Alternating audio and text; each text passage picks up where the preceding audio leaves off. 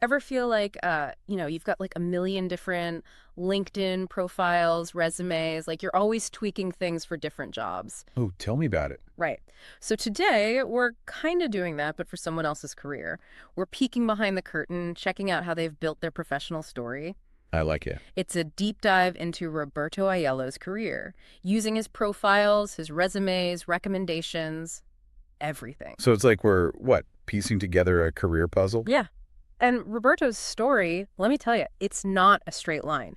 We're talking over 20 years, starting with early web design, back in Italy. Okay. Tay, get this, senior learning experience designer at a major tech company, no less. Wow, that's quite a jump. Right. And just skimming his resume, you see Italy, Germany, Ireland, working with global companies all over. Plus, he's ranked in the top 1% of mentors on that ADP list platform. I've heard of that, yeah. For mentorship, right? Exactly. Global platform, tons of users. Yeah, So clearly, he's doing something right. definitely. What's interesting to me is how he went from multimedia arts, which that's going back to the cutting edge of online learning. It's like he time traveled. Almost. Yeah. But seriously, that's not just keeping up with tech. It's like anticipating where it's going.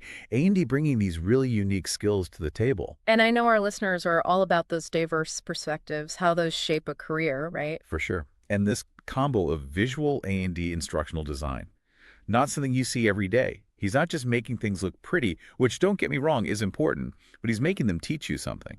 Engaging you. Yeah. Makes you wonder if those early multimedia days, almost like he was unknowingly prepping for this future in learning. You know? It's like he was building the bridge as he was crossing it. Makes you think, what skills do WE have that might be useful in unexpected ways?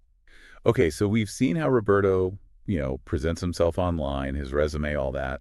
But what about, like, the people he's worked with? Yeah, the real deal. Exactly. These recommendations, they're not just, oh, he's great, generic stuff. Right, they actually tell us something. Like, there's one from Sandra Feldman. She worked with Roberto on a video course, and she said his passion for making people smarter, it, like, shines through. Not just he can design, but he wants to make a difference. You got it.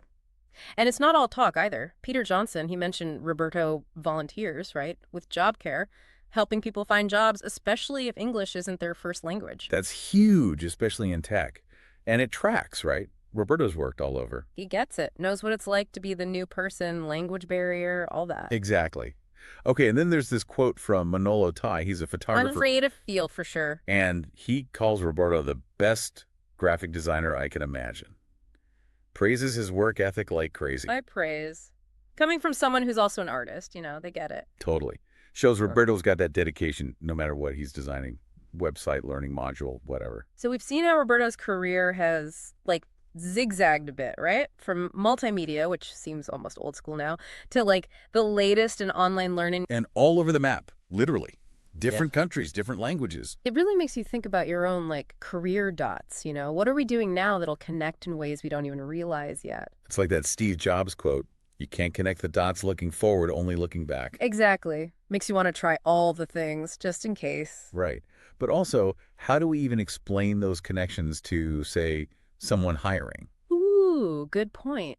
Because it's not always obvious, is it? Not at all. And that's what struck me about Roberto. He's not just got skills, he's tied them together into this story. Like, this is who I am as a professional, this is how it all fits. Instead of like 10 different resumes for 10 different things. Exactly. He's owning that whole journey. So it makes me wonder, what's one tiny thing our listeners could do this week to, like, up their own story? Oh, I like this. Homework. Right. Is it updating your LinkedIn with that unusual skill you have? Or practicing how you'd sum up your career path, but hitting those key connections? Because we all have them, right? Those threads that tie it together. It's just making other people see them too. Nailed it. We're all storytellers. When you think about it, the better we are at telling our story, the more doors open. I'm going to be thinking about this all week now. Me too. And hey, who knows? Maybe someday we'll be deep diving into one of your amazing career journeys. That's a wrap, everyone. Go forth and be amazing storytellers.